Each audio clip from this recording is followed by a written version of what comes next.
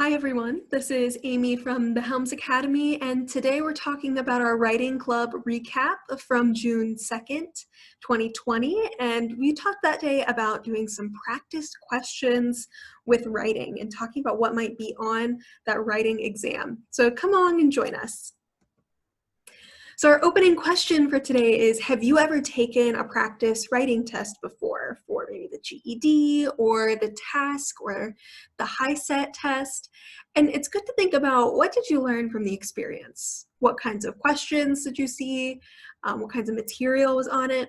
Every time you take a test or practice test, you should always take some time to reflect back and think about how you might use what you learned from that test taking experience on a future test or on taking the real test. So we're going to talk about the three different types of tests today: the HiSET, the TASC, and the GED. And we're going to talk about what you might find on each of them. So for the HiSET, in the writing section, you'll have a multiple choice section, which will talk about language use and conventions, grammar and usage, sentence structure, capitalization, punctuation, and spelling. And then you'll also have an essay portion, and you'll have to write an argumentative or comparative essay based on some texts and a question that they give you. On the GED, it's very similar for the writing portion and the essay portion, but there are two key differences. The GED actually combines reading and writing into one for the reasoning through language arts exam. And on the reading section, you'll find things like determining a main idea, determining a point of view, the meanings of words and phrases, and you'll have to think critically and analyze a text. The writing will have many of the same things as the HiSET that we just covered, but you'll notice that you'll have not just multiple choice questions, but also different types of manipulative questions. That means you might have to fill in the blank or drag and drop. And there are a number of different types of questions you might see there, all of them accessible through the computer where you'll be taking your test. So the TASC is our last example here of the different types of writing tests. If you're taking the TASC test, it's very similar to the HiSET, with one piece from the GED, and that's those manipulative questions. So you might have a different style of question to answer for those writing multiple choice type questions. And then the essay portion, you could either write an argumentative essay or it could be an informative essay. All right, so what we're going to do today is take a look at a practice HiSET test question or set of questions, and also the same for the GED style questions. And between those two, you'll get an idea of the variety of questions that might be asked that have to do with writing on these tests. So on this one, I understand it's very small and difficult to see, but the purpose of this is just to show you the format of the HiSET test. So you'll see there's a 1 on the left side and there's a 1 on the right side, and they're circled in the same color. And that's to show you this is how you find what they're asking about. So if you see question 1, you need to find number 1 over on the other side. You see question 2, you'll need to find number 2 on the other side. Sometimes they'll give you a question. Like for number 2, you can see there's a question written there before the 4 multiple choice options. And sometimes there's not, and you just need to pick the multiple choice that would be the best replacement for whatever is there. All right, so question 1, and we can see that there's an underlined section there that says slipper, semicolon, and it. So our question is to be, do we need to replace this? So I'd encourage you to read around it and say, okay, a mean stepmother, evil stepsisters, and a glass slipper, and it is very likely most Americans are familiar with Cinderella. I always like to read it out loud because that helps me to see if this is something that needs to be changed or not. And right away I go, we had a list at the beginning, and would make it sound like this last part about it's very likely most Americans are familiar with Cinderella. It makes it sound like it's part of the same list, but it's definitely not. So right away, I'm going to say, no, something needs to change here. So I'm going to get rid of option A because we don't want to do no change. So I need to figure out, okay, we're definitely going to take out that word and, right? Because B, C, and D don't have that word in there. Do I want that dash? Do I want the comma? Or do I just want to put a space between those two? Well, I already know there's definitely some kind of pause or distinction between this list. And so I'm not going to pick D. For letter C, that's a comma, but that would still indicate that this is all part of kind of the same general thought pattern in sentence, and that's not what I'm going for. So what I really want is that dash that's going to create a strong separation between the initial list and then the second thought that it is very likely most Americans are familiar.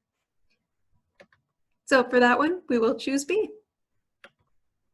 All right, let's take a look at question 2. We'll see that it's underlined companions that are animals. And you'll see I didn't actually include the full sentence here because I didn't need to. We really just need that phrase. So for companions that are animals, it's asking us, the writer wants to replace the indicated phrase with a shorter one that has the same meaning. So which choice is best? So I need to ask myself when I'm looking at this at what the writer means so that I can pick the best choice for a replacement phrase. So in this situation, I see, okay, companions that are animals. So the main noun here is companions, and the description for it is that they are animals. They're not humans, they're not robots, but they are animals. It's the type of companion. So I want to pick the one of these that is the best choice that reflects that same meaning. Now you'll see they all look really similar. Animal companions, companion animals, animals companions with a possessive, or accompanying animals. All right, so with this, we need to think about what's the most accurate description.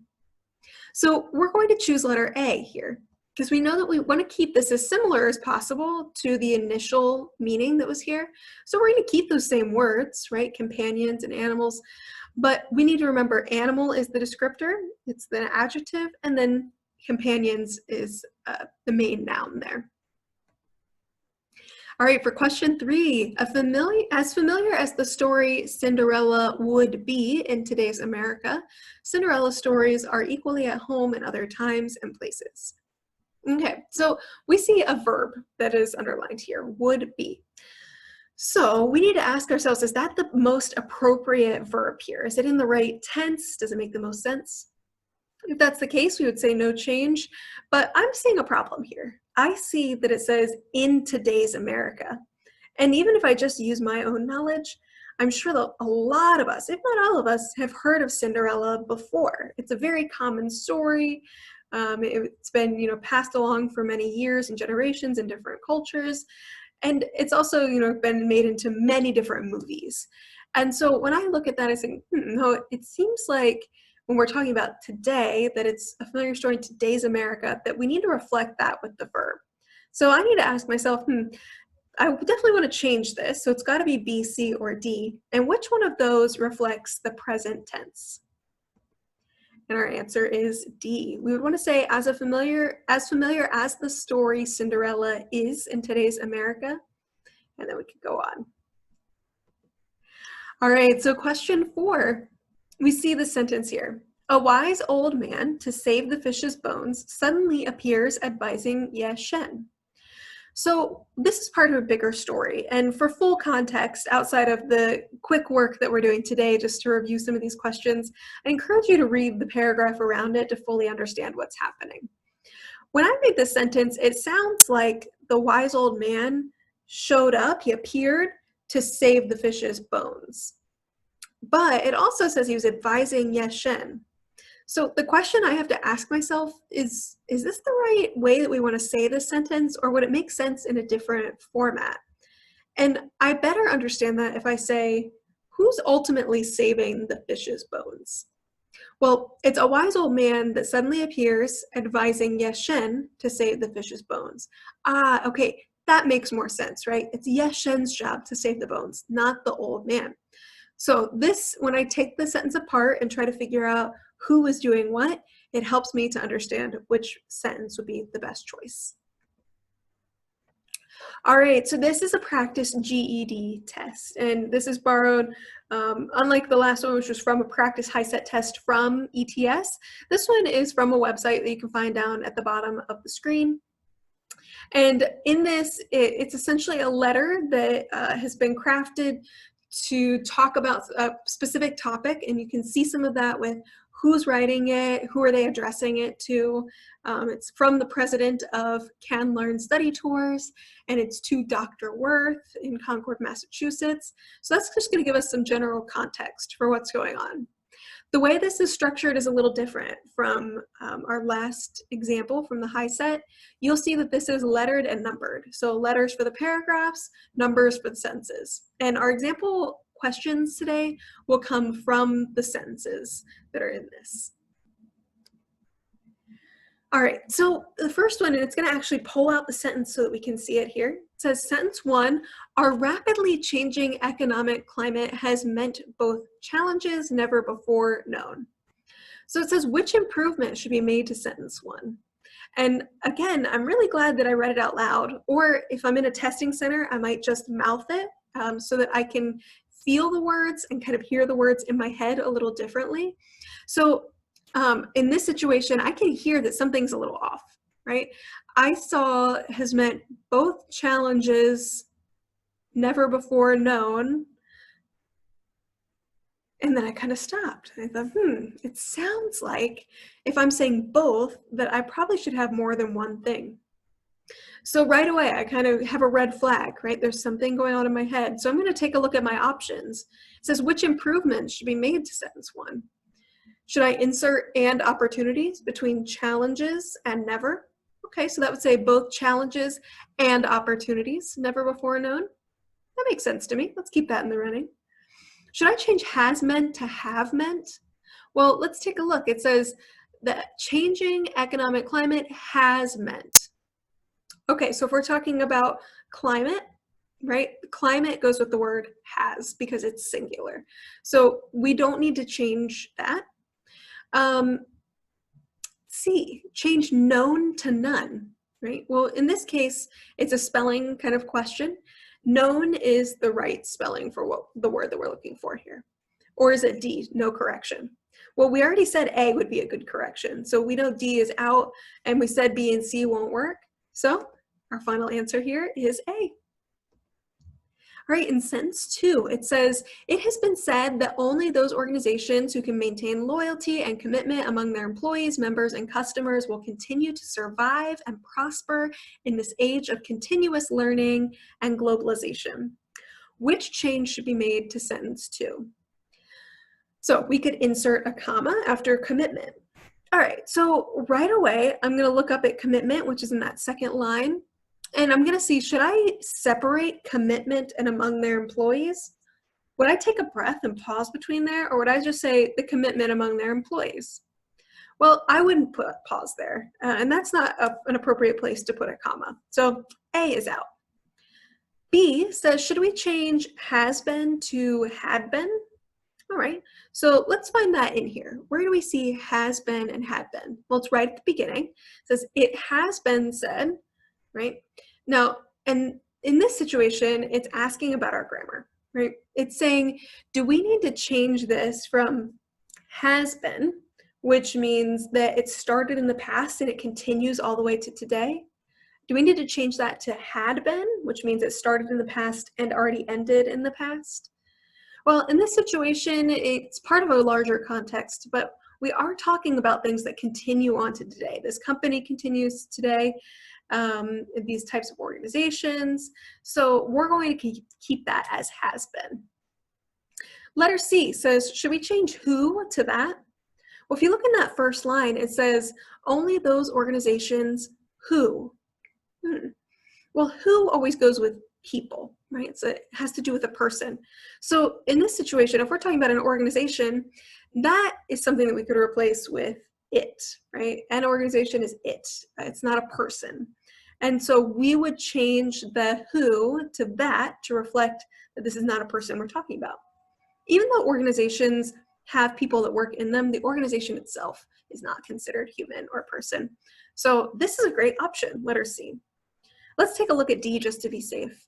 It says change those to these, right? So if we find that in the text, we can see the example of those organizations, right? Now, those are talking about someone else, and these are talking about yourself or something closer. And so in this situation, the author is not talking about their organization specifically or a group of organizations that are right up close. They're talking about some other organizations around the world in different places. So we don't need to change this from those to these. So our best option here is C.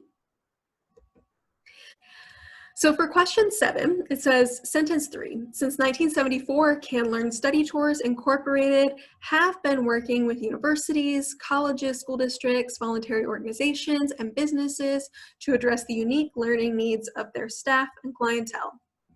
Which is the best way to write the underlined portion of sentence 3? Right? So we want to replace that have been working. Now, this is a grammar question. You can see had been, has been, will be, shall be. But our clue here says since 1974. So that means it started in 1974 and it continues all the way to the present. And we need a verb that reflects that. So in this case, because CanLearn Study Tours Incorporated is one entity, one organization, we're just going to make a very simple change. We're going to keep it in a similar tense, that has been and have been are part of the same tense, but has been is the grammatically correct version. Okay, so question 8 says, sentence 4, these have included educational travel programs that explore the following: artistic and cultural interests, historic and archaeological themes, environmental and wellness experiences, and new service patterns. Which corrections should be made to sentence 4? So right away, I see insert a comma, change the comma, change the comma, change the comma when I look at those options that we have, A, B, C, and D. And so I immediately go to thinking, there's some sort of punctuation change that needs to happen. All right, so here we have to look at our options. Insert a comma after have included. Okay, so do we want to separate these have included, comma, educational travel programs? Or would we say that in all one phrase in one breath? Well, this is all part of the same phrase. So A is not a good option. Letter B, change the comma after following to a colon. Well, a colon, what it does is it shows us a list that's coming up. So here we would have a list starting right after the word following, and that list would include artistic and cultural interests, historic and archaeological themes, environmental and wellness experiences, and new service patterns. And those all tell us which type of travel programs, or what they explore, rather. That's a really good option. So let's keep that in the running. Here it says, change the comma after interests to a colon. Well, in that situation, we would have part of that list that we're talking about before the colon and not after. And it's the same thing in letter D. We'd have part of the list before a colon and then part of it after. That's not what we're going for, right? We want all of the things that we just listed to be part of the same list. So we're looking for letter B. Thank you so much for joining me today for this Writing Club recap.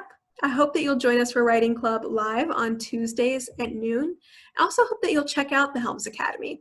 You can subscribe to our YouTube channel, you can follow us on Facebook and Instagram, and you can also check us out at helmsacademy.org.